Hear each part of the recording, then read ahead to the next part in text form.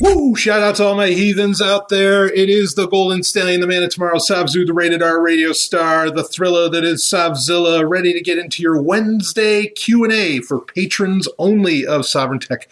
And I hope everybody had a merry calendar. It's just the day after. As you can tell by the audio, I am not in the studio, so if my voice is a little less juicy, that's what's going on. I'm actually using my Logitech HD webcam here, using the microphone from that, because it's pretty good, at least as far as clarity goes. It doesn't do a bad job. Not as impressive as my H6, but, it gets the job done. So we got a little Q&A to get into. Got quite a few questions. I don't think I'm going to be able to get into all of them. There's one I want to get into in pretty short order, which has to do with KeyPass, but I might not get to that today because I think there's some other ones that may be a little more prescient, a little more attached to the recent Sovereign Tech Prime episode that had just come out, which was called The End. And I think, was that episode 307 or 308? I lose track these days. So anyway, but we will get into all of that. I got to tell you, a couple episodes ago, I did a review of the Xiaomi Mi Band 3, which I've been wearing, which, again, I'm very anti-fitness tracker, but understand I am not using this as a fitness tracker and have turned off pretty much all fitness features of the device. But as far as it being just something that gives you notifications or lets you know when something like really important happens, like getting a Signal message or a Telegram message or like a message from Wire or something like that. Because again, like I talked about during that review, you can customize what apps can actually send you notifications. Since it does that, and it gives me Patreon notifications and everything, just having it for that is phenomenal. Or having it as a reminder to just tell me to meditate in the morning, because you can set reminders and, you can even have it work with your calendar if you need to and so on. But to where you're really not looking at your smartphone, I got to tell you, it's still working brilliantly for that. It really is. I totally recommend these things for that. There have been devices I know in the past, but I don't know that if they ever like totally took off or if they're still available, that were crowdfunded on Kickstarter or whatever, where they were just to give you notifications. They weren't even a fitness tracker, which allowed them to be at a much lower price. But even then, I think maybe that sort of thing died off, because fitness trackers, the Xiaomi Mi Band 3 costs, what, $30? Depending upon the day. If fitness trackers only cost that much, hell, you can get other ones that are only like $15. Why come out with just the device that you have to produce at a premium because it's not coming from any kind of major tech company or some, Chinese tech company that only does one thing but doesn't give you half of the features, in the popular mindset, that doesn't give you half the features of what, you can get from fitness trackers. So I can understand in the marketplace why those sorts of things aren't out there. But I wish that that's really something that you could get your hands on, or that would be more popular. But it's just not, I guess it's just not cost effective to do. So, but anyway, I've really enjoyed that, especially during the holidays, because that way, sure, I have people, I have some clients that are all around the world and, they're not celebrating Christmas, right? It's either not in their culture or whatever the hell's going on for them. And not that I don't mind turning the world off for family. Of course, I do and would. But it's just really nice that if there is just something important, you're not constantly, in our always on world, I'm not looking at my computer screen, or I don't have to look at any screen. And I'm just waiting for that quick little vibration to know that maybe there's something important going on. It's almost like, it's funny. I was thinking about it. It's like, well, this is just like a pager. I'm effectively, what all I've done with this fitness tracker is I've gone back to the day of the pager, where I can, you get a little message and then you can, respond to it as needed. Granted, you have to be in Bluetooth distance of your phone for it to effectively work, but that's all that this has become. It's the neo pager, kind of like neo pagan, but it's the neo pager, and that's fine. In fact, just from a nostalgic point of view, I miss the days of the pager. I thought that was so nice. And especially since, well, for all intents and purposes, at least, the pager didn't track you like your smartphone would and so on. But maybe that's a certain way to think about it, and a direction we kind of need to get back to. In fact, I remember all the different code numbers that you would use, say, because generally you couldn't actually put a message into a pager. You would just you could type in a series of numbers or something, and the numbers would say whether or not it was an emergency or if you need to meet someone somewhere or whatever. I mean, oh man. I mean, talk about encrypted communications in a way. That was really, really slick. I miss those days. But I've kind of come to realize that's actually what I've gone back to, is I just treat this Mi Band 3 like it's a pager, pretty much. And great, So, I mean, it is crazy because, the world's just nuts. I mean, it's not like, the only people that used to use pagers, you remember, of course, you had two people, and one could argue that they're in the same business, drug dealers and doctors. And, they were the ones that mainly would use a pager because they're the people that needed to be on call all the time, right? And, well, results vary as far as drug dealers go. But, those were the only people that kind of mattered. And it's funny now because now everybody, no matter what job you're doing or whatever, you're expected to be on call all the fucking time. And it drives you nuts. It drives me nuts. That's part of why I ended up, doing this, to where I'm only getting very important notifications, and I am, my phone can just sit on the charger as far away from me as possible. And, I'm just not looking for every little notification, because we got to turn the world off sometimes, folks. We really do. I mean, I hope part of that was hit home in the recent episode of Sovereign Tech Prime, where we covered Douglas Rushkoff and everything he was talking about. Which really gets to our first couple of questions or comments. Got some great comments on the episode on the Patreon page, and I want to address those. I want to talk about those just for some clarity and everything, because people, this episode's really blowing up. A lot of people got really excited about it, and I understand why, and I'm honored also. So why don't we go ahead and read into some of this? So a lot of this is in response to the episode of Sovereign Tech called The End, which is where, I did that one episode, and it ended up, I didn't plan on it, but it ended up just going, 1 hour. The entire time I was just talking about one topic because it was such a huge topic. And also the episode ended up being very much, I think, a refresher of where Sovereign Tech comes from and where Sovereign Tech has gotten in the past 7 years. So a very important episode. A lot of people said that, pretty much it's an instant classic.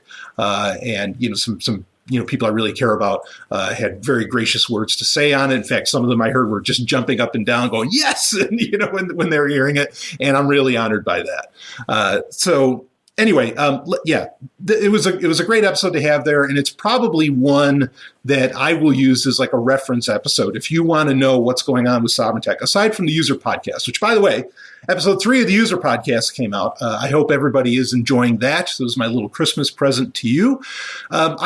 Just quick on that, I really would love to where I'm doing at least 2 user podcasts per month. I don't know if I'm going to be able to pull that off, but I'd really like to, because we have so much to cover to get to where we can get to. I mean, I think everything's the big stuff that we talk about on there, but where we can get more into the philosophy and so on with that. And just because once we get to the philosophy, that's not the end of the user podcast. The user podcast will keep going, but we'll be able to get into deeper topics and get into things, sometimes more granular stuff, like Sovereign Insights does, which people are also enjoying the audio editions of the Sovereign Insights. We have 3 of those out now. I'm really honored by that. Anyway, so yeah, all of this will come together to where there is a smaller package that people can consume of the philosophy behind Sovereign Tech, which I think everybody is, what most people that are really passionate about the show, and certainly you patrons, are very excited about. So anyway, let's get into this comment here, and we'll read it. So here we go. First off, this was an amazing episode, again, referencing the episode The End. Which was episode 307. Just took a quick look at that. It is episode 307.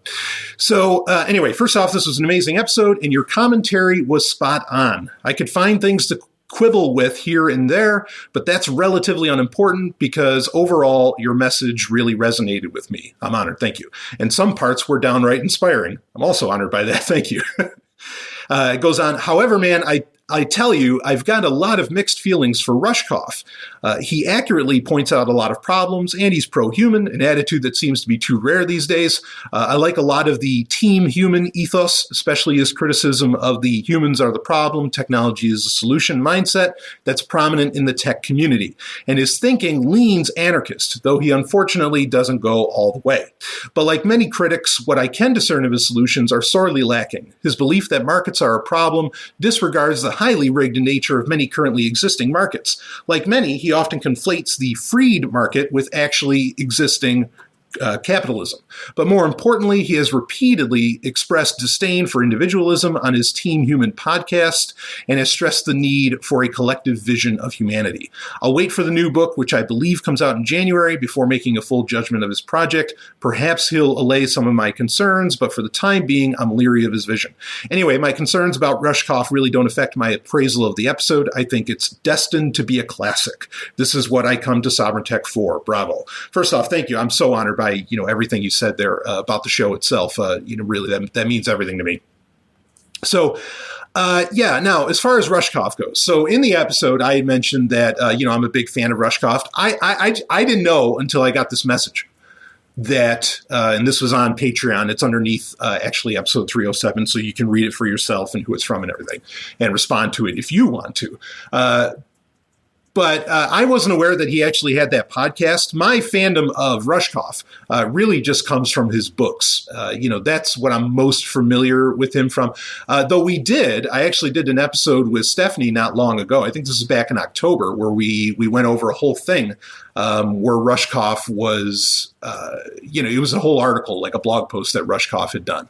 And I did cover that there. So I do appreciate some of his extraneous writings. In fact, that was sent to me by another Sovereign Tech listener. Actually, was sent to me by my co-host on Star Wars Update, that being Robin Freebeard, dear friend. And anyway, but I get it. And here's the thing, is that I really can't think of anyone. I want to make this clear. Like, I'm going to address some of the finer points here that are brought up by this listener, but I really can't think of anyone, any name off the top of my head where I say to myself, oh, I agree with them 100%. Like, they have got it totally put together. Like, they got it all. There's nobody I can think of really, that's that way. There's a lot of people that I could consider allies that are close enough.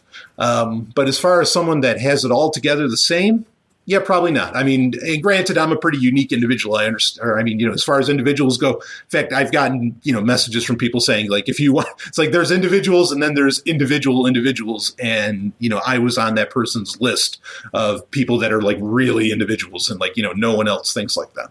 Rushkoff's not perfect by any stretch, and I wouldn't suggest that he was. Even people that I love to death, consider personal heroes, and more or less could mean everything to me. For example, Harlan Ellison. I loved, and even though he's passed away, I still love Harlan Ellison, but we don't see eye to eye on a million things. But I still completely respect him, recommend his works across the board, literally without any reservation. He and I knew that we disagreed on a lot of things, but it's still like, is his overall message more helpful than not? Yes. And I would argue that the same is true for Rushkoff. And I think this listener would say the same, and pretty much did say the same. So anyway, Rushkoff is very anti-market. I mean, he's more or less an avowed socialist, and he does completely disregard. I think there might be some finer points to this, and I'm waiting for his book too. I've not listened to the podcast, so I don't know. What exactly he's espousing on there. I will listen to it now, but I haven't had the chance to yet. Anyway. For a lot of people that seem to they just about get to anarchism, right? Kind of like a Rushkoff and so on. I think a lot of their ideas or their thoughts on the market, even if you could get them to agree that that market interactions, freed market interactions are ultimately either okay or genuinely beneficial, which I would agree with. I think for a lot of them, the problem is that if you got rid of, say what keeps them from becoming an anarchist, if you got them to get rid of if you get them to agree that, okay, no, let's get rid of government entirely, right? Here's the rub. They would say, and I think accurately, kind of accurately, that you would have to, the government wouldn't just have to go away. You'd almost have to reset the market, because Google, Samsung, Apple, Amazon, go down the list of them, would really have a very undue influence that could take a long time, even with no regulations to stop any other business from just swooping in and potentially wiping the floor with them. Which I would argue that local companies, when in a freed market environment, would wipe the floor with any kind of multinational, or should we say global, because there wouldn't be governments and no nations, any kind of global market. They take out anything that had actual global scope, because at the local level, you can just tailor things more. And I think you could do very well for yourself if there's no regulations in the way. But that said, the thing is that you would end up, if government went away today, these corporations, or these, global companies, these tech giants, massive companies, would really have a lot of undue influence. And I think that they would very much take the place. In a lot of people's minds, they already are taking the place of governments. Facebook is very much its own nation. Google is very much its own nation. I've even argued that EA or World of Warcraft and so on, these are already countries that people spend more of their lives in than they do in the quote unquote real world, or walking around the streets of the United States or whatever country you happen to be in. Okay. So it's already that mindset is kind of already there. And so I think a lot of maybe your more socialist types or your Rushkoff types and so on, who could probably agree that, okay, sure, the reason that capitalism or that market interactions, or, the concept of the freed market or free market, whatever, yeah, that could work, but it's not going to work even if it started tomorrow, because we have these huge companies that just have that in their mind have way too much power. I think in somewhat short order, there would be companies that could maybe disrupt this, but I really do understand where they're coming from as far as that goes. And also, let's be clear that while capitalists will bring up, and rightfully so, say, so capitalists will argue against communism, right? And so, but a communist will say to the capitalist, yeah, but we've never really had true communism. It's always been some kind of bastardization. Right? And so you don't know that it'll work. And so then the capitalist will say to the communist, well, then you don't know that it'll work, so stop espousing it. But then the communist will come right back at the capitalist and say, okay, but then where is your actual genuine free market that you can prove would actually work? And, it's stalemate, because either the communist or the capitalist, neither of them actually have examples of their pure systems. Right? Unless you're going to argue for, as far as with a completely free market, unless you're going to argue for some kind of pirate utopia from, I don't know, the 17th, 18th century, in Madagascar or something. But, what actual evidence do you have from that of how that worked? You have very, very little. You have a couple of books maybe here and there, and not even that. Usually it's just a paragraph at best. And that's a very tough thing to build an entire civilization, okay, or build an entire market or economy around a paragraph from 300, 400 years ago. So, they really end up in the stalemate, as far as that goes. And so, for your more socialist types to be very skeptical of this idea that, if we just had completely freed markets, everything would be great. Well, where's your evidence? Just as capitalists are completely justified in saying to the communists, well, where's your example of a purely communist system? And the communists can say, well, I don't have it. And then they can say, well, then, you have no evidence. So, don't bother telling me this. That's the reality we have to deal with, is that everything is an experiment, which is why I say be open to multiple systems, because we don't know which experiment would actually work. Which economic or social, whatever experiment would actually work. You can look at some evidence, but I think that's where guys like Rushkoff and so on would actually want to stick with that there is some kind of government, even though it's easy to make the case that government obviously doesn't fucking work. But once you get past that, no more government, well, then a lot of it's, in my opinion, it's up for grabs, as far as what actually works. And sadly, when you get past that point, and I'm sure Rushkoff falls prey to this as well, you run into rampant generalizations and simplified arguments when there are no simplified arguments. The reason that, I think that local companies would just butcher in an actual freed market, why they would butcher huge companies like Google and so on, or that those kind of companies, Google and Amazon would have never come into existence, is because of the intricacies and complexities that happen the smaller you get as far as scale. And, a smaller company can address those intricacies and complexities and those very unique needs based upon geography, culture, and whatever else. Okay. So I think really that's where Rushkoff, like why he doesn't, but none of that, okay, even if that's how he felt about this is why we can't have no government whatsoever, even if that's how he felt, his arguments for collective solutions, which his arguments that there needs to be like a collective vision for humanity actually stands completely in contrast to what I was just saying, in that this idea that there's like one way for things to go, that is such a huge problem. That's a problem with anarchists. That's a problem with, go down the list of people of different groups, anarchists, statists, authoritarians, whoever. It's always the problem is that people think that there's only one way that things should work. If there is a one way, the only one way that things can work is when people have the largest amount of options. That's the only one way. But people having the largest amounts of options and the abilities to choose do not necessarily come from only one economic system, right? There can be a bunch of different economic systems that give people all kinds of choice, So, but most people aren't even looking at that. Like you look at a lot of ANCAP writers and so on, and they're looking, okay, what allows for, the most businesses to grow up and all that different stuff. A lot of them aren't even looking at the question of what gives the individual the most choice. They're really not. Like, that's not the base that they're coming from. And that's a bigger conversation to have at some point. So, but bottom line being, I agree with you. Rushkoff's not perfect. His idea for a lot of more collective solutions or collective vision for humanity and so on is certainly, that's troubling because the individual is absolutely, we might talk about this a little bit later, the individual is absolutely the measure of all things. And anything standing against that is, it's authoritarianism or tyranny, whether it's a government or not. So anyway, great points to bring up and great concerns to have as far as Rushkoff goes.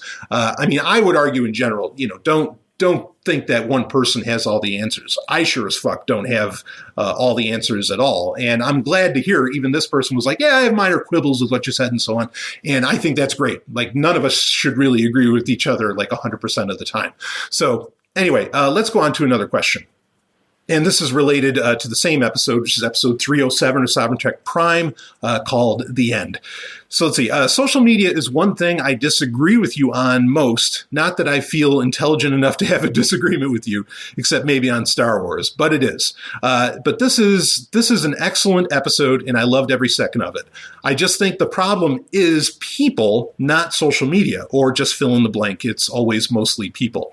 Like when you say humanity isn't ready for a certain technology and whatnot, it is our fault if we use it wrong or let it control us or whatever. I don't know. This is where I end the comment.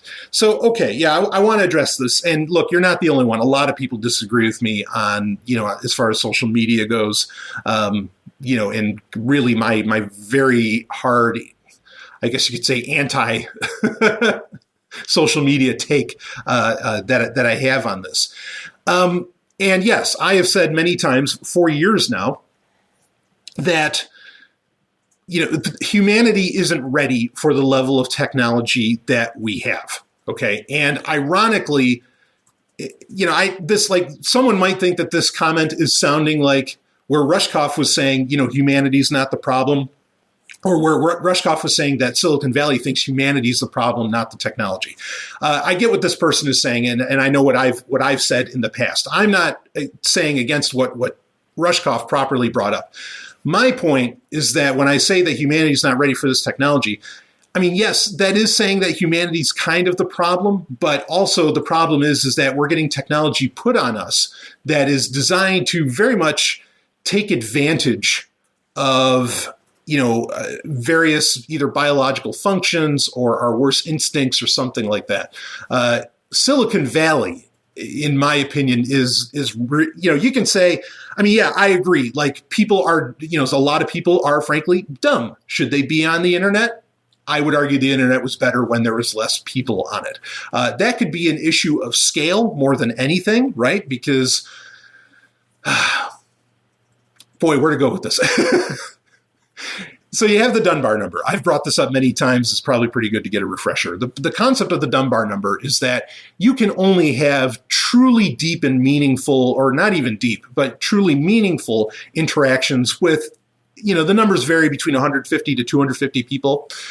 You max out at like 250. Let's say that. All right. Now, online, you are interacting with potentially millions or even billions of people. At the very least, you're interacting with hundreds or thousands, well beyond your Dunbar number. We are not designed to handle interacting in that way or with that many people. We are also not designed to, I think, like deal with things or have so much instantaneous kind of contact. It's not even so much like the amount of people even, it's the amount of the instantaneous contact that you have. Because of that, I do think that social media, like inherently, now there have been social media networks where they were by design, you could only have up to like 150 friends, okay, on there, and that you could interact with. Those did not do well, even though I would argue those are the ones that were designed with where humanity is actually at. It's a very tough sell to say that we need to improve humanity or something just so it can handle the amount of interactions that are had on social media. I mean, I think in some ways there's already a pushback against this, and that's why on Facebook, groups are the most popular thing, or Messenger is the most popular thing, because I think people inherently are realizing they cannot handle the amount of people that they interact with on the newsfeed, right? But they can handle the amount of people within a group, or they can handle maybe the more niche topic aspect of it and so on. And that's fine, like that's really fine, but that's not, groups and Messenger and so on, unless they figured out how to inject ads into those things, which Facebook has been experimenting with. There's no value for a company, for a tech giant, for a tech company to create a platform that only concentrates on groups or maybe so much, private messaging. Okay, like there has to be a way to make money off of that. And you can't really do that, especially when a lot of, like when Facebook goes to another company to be an advertiser, say like even if it's a TV network to advertise on Facebook and so on. Okay, they have to show metrics of you're going to get this kind of engagement, this kind of engagement. And, if they don't have that because everybody's gone to just using groups or Messenger, Facebook is screwed and they're not going to make any money off of the matter unless they sell data off about you, which is exactly what's obviously been going on as we've heard report after report throughout the year of 2018. Okay, so I would argue that while social media might be able to work under, I get what you're saying, and while it might be able to work under certain circumstances, inherently the way that these companies have to make money to where social media is even a viable thing or an attractive thing for other people to come into. Okay, because if they charged at the door, if Facebook said, okay, $5 a month, you can use Facebook, say that became a hard rule, Facebook would instantly lose hundreds of millions of users. They'd be gone. I mean, it'd be just like that. It'd be instantaneous because people only bother to do it if it's free. But the incentives and what it takes to make the service free, okay, for, and to have the interactions and a lot of the security and technology behind it to where people wouldn't just run off because everything leaked, from their account or something like that. That's, you inherently have to do what I guess maybe Rushkoff would say are very anti-human things to even allow that to exist. So that's kind of the problem. While I still argue that I think in general, not just social media, but online interactions are ultimately, in the long run, in the long term, are inefficient methods of communication. Okay, you could decide, it's up to you as far as how worthwhile those inefficient methods are to use. But while they are ultimately inefficient, the way that these companies and the way everything's designed right now is, I think, inherently unethical and inherently it's not a good idea to use. Because here's the thing, like my statement that humanity's not, and it's a long-standing statement, and I still agree with it, that humanity's not ready for the technology that it uses today. Like mentally, it's just not prepared. If it was prepared, it'd never use Facebook, right? Because it would say, oh, this is completely against my privacy. This whole business model is a terrible idea, and so on. And, I mean, maybe they'd still end up using Signal and things like that. But I think that if humanity were ready, it would be a very, very different situation. And as I've said many times, really the only communication technology that could possibly, that could just remotely come close to matching efficient and I would dare say meaningful and worthwhile interaction, okay, is virtual reality, or augmented reality, where you can simulate an entire person in some way. But even that, that's a tall order. That's a very tough sell. And eventually this stuff, if it doesn't lead to the person actually getting closer to you and you're just having these like tethers of relationships out there, I don't know. I think that does very, very fucked up things with how our brains have evolved. Again, yeah, we're not ready for it. But if we were ready for it, I don't think we'd use it. I don't think we'd use Facebook. We wouldn't use Twitter. We wouldn't use, a lot of these different things, to communicate with each other.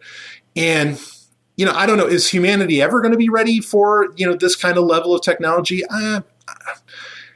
It would have to like evolve whole new neural pathways of how it connects, communicates. It could take centuries, if not thousands of years, to where you could actually have a human brain that could, in a healthy way, I think, interact with Facebook. Because it's ugly. Because even, here's the thing: social media turns like every person effectively into a celebrity. Like Prince has that song called Clouds. And he talks about that. It's like, does it really matter if it ain't on the stage? The whole song is talking about the interconnected age and how people, just like everyone, thinks that they're kind of a celebrity. And really, you see this. These are well-known, things with social media where, people are just putting up their quote unquote best life, right? Like, oh yeah, you see this great picture. Oh, they're having a great time. But you don't see the other 23 hours of the day where maybe they've been fighting or, they've been depressed or something like that. Depression is becoming a very, there's, whole hashtags around this where, people are admitting finally years later after they've created, this multi-million follower audience that holy shit, I'm depressed as hell. Well, obviously, all these connections, having 1 million followers on social media didn't do shit for this person, because it's not deeply meaningful. And I would, again, argue that it really, it can't be. Okay. So social media really creates here's the thing. And then you get people that are like threatening you online and everything because of maybe something that you posted or that you're doing there. And, 20, 30 years ago, I've said this before, but 20, 30 years ago, if you were somebody that had this amount of influence, where now, it seems like the everyday person can have like a few thousand followers or can have like a little minor, I don't know, I'll use this term, but I don't mean cult, but cult following or something like that.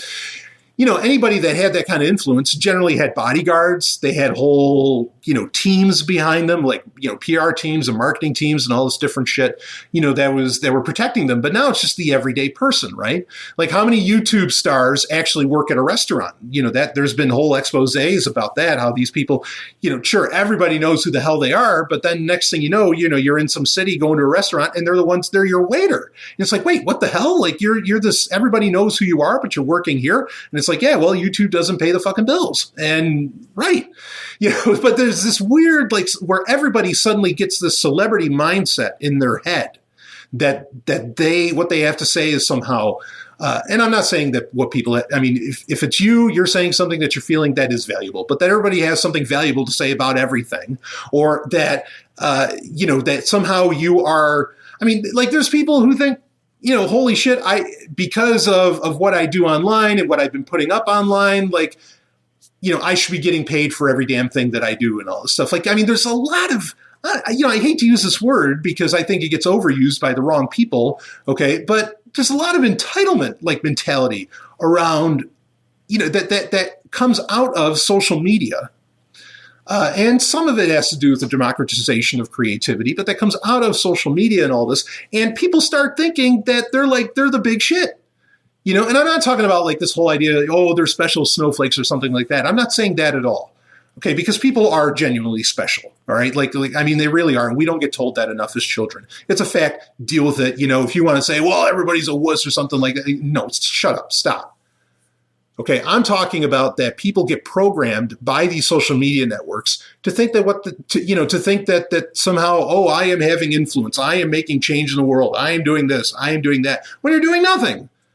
None of these, and I just got done explaining, like half of what you see on social media isn't real life. It isn't the real world. We have very skewed perspectives of each other, and so I don't know. Like, I understand, again, when I say I'm against social media, I get that there are going to be, like, people want to communicate over Signal, you want to talk to each other or something, have your little group, fine. But this idea of social media where everything's out in the open and you're potentially reaching millions of people in any given second and all this different stuff, I don't think we're ever going to be, it's just not going to happen. We would have to evolve so much to where that works. But, again, at the same time, I appreciate like that on a smaller level, maybe connecting with family or something like that people do, or connecting with coworkers and whatever. People do really get something meaningful out of that. But again, you don't need, like, that's one thing. You don't need Facebook to do that, right? Like, you don't need something at that scale for that to be a reality. All right. I mean, there's other ways really, to make that happen. But like I said, it's very difficult to monetize that smaller scale. And because you can't monetize it, nobody's going to bother to make it, and nobody's going to bother to do it unless it's something open source, I guess like Mastodon or something, where people out of the kindness of their heart can set up a server or something like that. But then that's the mentality that people have to get to, where they are willing to be that, giving, I guess, with their resources and bandwidth and servers and whatever else. So there's a lot to unpack there. I get your point that you find social media to be useful, and that really the problem is the people that kind of end up using it. But also, I would argue on the flip side that social media entices and incentivizes people to act like pieces of shit. Frankly, like it just breeds, hatred, assholery, and, all kinds of other really not helpful attitudes in the human condition. So, I mean, like, again, yes, is it down to the people? Sure. That argument could be made, but at the same time, the way that, even as simple, and I think I mentioned this quickly on episode 307, the fact that Facebook like uses the color red, they use so many tricks just to get people like hooked and addicted into these things. That's a problem. Using the color red because we've evolved to like look at red for danger as part of your notification thing. You could say, well, that's just smart marketing. Okay, but that's also a pretty shitty thing to do when, however much research comes out, from I don't know, whatever source that talks about the harms of being addicted to social media or looking at your phone all the time and so on. And for companies not to give a damn about that, that's a problem. And you can test it on yourself. Set your phone for grayscale. Set it where everything on your smartphone is black and white. And you can do this. There's varying ways to make it happen. Sometimes you have to go in developer options. With Android 9, you can do it automatically. And I think it's kind of easy to do with iOS. And then see how much you end up looking at your phone and staring at it that often. You stop, because, that's one way in which you can get rid of all of the mental trickery that these companies, not just Facebook, but any kind of app company or whatever, puts into their apps and into their phone interactions. And suddenly you go, wow, I'm completely less interested in this, and if phone addiction and other things, go down the list of various health problems that can occur with it, or mental problems that can occur with the, the use of the incessant use of smartphones or apps or things like this. It comes down to feeling downright unethical, right? Because are they really adding something into your life? These are just all big questions, to ask yourself. And again, so I hear what you're saying. I get you that and I'm glad you disagree with me about social media. I genuinely am, because I don't want anybody out there thinking that I'm right about everything. Okay. Like, I'm comforted when people disagree with me. I love it. Unlike others who just seem to get, I don't know, mad or something when someone disagrees with them, or just calls them a communist if they disagree. No, I'm not going to do that to you. And I think it's wonderful. But that's my opinion on it. I get your point, but I think the other side of it is that these platforms, by their very nature, bring out the worst in us. And also, I don't think that we're ever going to, or at the very least, it's going to be thousands of years before we evolve to be able to handle the amount of points of contact that social media creates for us. So, but doing things on a smaller scale, I'd love to see that. But again, the business incentives don't really allow for that. It's been tried and it doesn't seem to take off. I hope that changes someday. Somebody figures something out, to make that a reality. Or that people, the open source movement just finally drives it all home, that it's useful for people to, set up a Mastodon server and so on. I don't know, but that's really what it would take. So, okay, let me get on to one more. We'll get into a little bit of a tech question. It's kind of a tech/show question that doesn't really have to do with episode 307, but I want to address it quickly, and then we'll get into our album of the week. So here it is, quick. Do you not support Horizen/Zencash anymore? Why or why not? Okay, so Zencash, or what is now Horizen, it's with Zen, was a Sovereign Tech sponsor. They did not re-up I think it was in October that they were supposed to or not supposed to, it's up to them if they want to, that they were, that would have been the re-up period. They did not.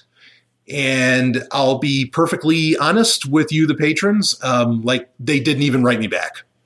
Now, Horizen itself, or Zencash itself, has had some issues, has had a rocky few months before, especially before the month of October. They had a 51% attack. They've had, a few different issues. Also, you have crypto winter, right? Where all crypto's value is way down. Okay, I don't exactly know what's going on at Horizen/Zencash. I have no problem with the technology. I have no problem with the ideas. I know that philosophically, they are on. They are on the right path. They know what they want to do. And I think a lot of their goals are completely laudable, wonderful, and I support them. So I am not unsupportive of Horizen/Zencash. In fact, quite the opposite. I'm very supportive of them. But at the same time, the reason that I did an ad for them and everything was because they were a sponsor. They are no longer a sponsor. So I'm happy to mention them in passing just because, again, I'm still supportive and they're still out there. They're still fixing things and making things happen. And I hope that they survive the crypto winter with all of my heart. I really do. But that's really all that's going on there. I don't have any technical issues. The 51% attack, I actually saw, and I talked about this, I saw that as almost confidence building. Yeah, it's bad that can happen, but because you've become a target just meant how serious they were being taken. So there's a spin on that can be seen almost as a positive. Rob Viglione, just love him. So I am not unsupportive of Zencash. Just the reason that they don't have an ad or they don't get mentioned so much on the show anymore is just because they are no longer a sponsor. If they came to me today or if they came to me tomorrow and said, hey, we'd like to re-up, I'll take them in a heartbeat. And I'm very particular with who I take as far as a sponsor goes, but I would take them on in a second. I have no problem with that. And that's about the best thing. Honestly, if I'm willing to have someone on as a sponsor for Sovereign Tech as an advertiser, that's about the biggest compliment I could give a company. Okay, because I won't just take anyone, and it's got to be someone that I have some belief in, all right, or some serious belief in. And, the crypto space is a roll of the dice, especially right now, and it's ugly out there. Blood on the streets. It's bad stuff. But anyway, bottom line, I have no problem with Horizen/Zencash. They continue to have my full support, other than the fact that, again, they're not a sponsor, so I'm not doing ads for them. But really, that's all that's going on there. If you're worried that something happened and I didn't talk about it, really, if something really horrible happened with Zencash that really, kind of shook my view of them, I would talk about it on the show. Because especially since they were a past sponsor, I would want to have the statement out there that made it very clear, I no longer support these people, blah, blah, blah, blah, blah. But that's not what went on. But I appreciate you asking about it, for clarity. But again, that's all that it is. Very simple. So anyway, okay, let's get into let's get into I guess we'll get into our album of the week. We kind of got 3 questions there, talked about some big stuff. So, all right. There was one other one I wanted to get into that had to do with egoism. I'll have to save that maybe for next week, which has to do with a guy named Dr. Bones. I do want to talk about that, and egoism in general. But that's a very large conversation to have and very philosophical one. So, anyway, let's get into the album of the week. And this week's album of the week, this is a doozy. Now, I am a big fan of metal, particularly power metal. A lot of people know that about me. Pretty much melodic hard rock and power metal, that's where I'm at. When it comes to my tastes in music with the guitar, that's what I love. And I mean, I like other stuff too, but that's, those are the things that I'll listen to in pretty short order. This is a band. They just had this album come out this year in 2018. We're closing out 2018. I can't believe it. I guess this will be the last Q&A of 2018. This is an album by a band that I think this is their sophomore. This is their second album that they've had. They brought in a lead singer, a female lead singer. Now, like I said, I love power metal. I particularly love, even within power metal, when it's a female-fronted band. You think Within Temptation, Nightwish, Amaranth, you go down the list. I love it when it's a female-fronted band because there just feels like a lot more passion when it's that way. And they picked up a lead singer, female lead singer, from a band that really knocked my socks off a few years ago. I'm wearing Rick and Morty socks right now, actually. But that being, the band originally was Helion Prime, which they just had a new album come out recently too, but I don't think they didn't have the female lead singer anymore. Or no, I know they didn't have her, but they just went with a guy as far as their lead singer. And Helion Prime's first album, I just thought was a masterpiece. It's like sci-fi metal. It was amazing. So this band, Graveshadow, picked up this gal who was the lead singer for Helion Prime, and they are just doing tremendous work. And their latest album is called Ambition's Price, and it's pretty much track for track. I mean, when it gets Doorway to Heaven, Widow and the Raven, then the title track, Ambition's Price, Hero of Time. I mean, it's a great time. I mean, this is really, it's kind of, you could almost say it's generic as far as power metal goes, because power metal has kind of gotten to that point. But this is solid stuff that will either get you through a workout, get your fist pumping, or just have that epicness, that power metal bands kind of uniquely can provide. Granted, no one's Dragon Force, but Graveshadow is certainly a fine entry. I'm glad that they're out there. I'm glad that they exist, and they really, again. I mean, it's hard-hitting stuff, and I love having those female vocals because it adds a richness, like I said, a passion. It adds to the epicness overall of the power metal presentation. So I want you to check out Graveshadow, Ambition's Price. It's a solid album. Their previous album is great too, but they really hit stride with Ambition's Price. Sounds very much like a female-led Camelot. I'm a huge fan of the band Camelot, especially back when Khan was running the show. Not so much now, but back when Khan was doing things, it was amazing.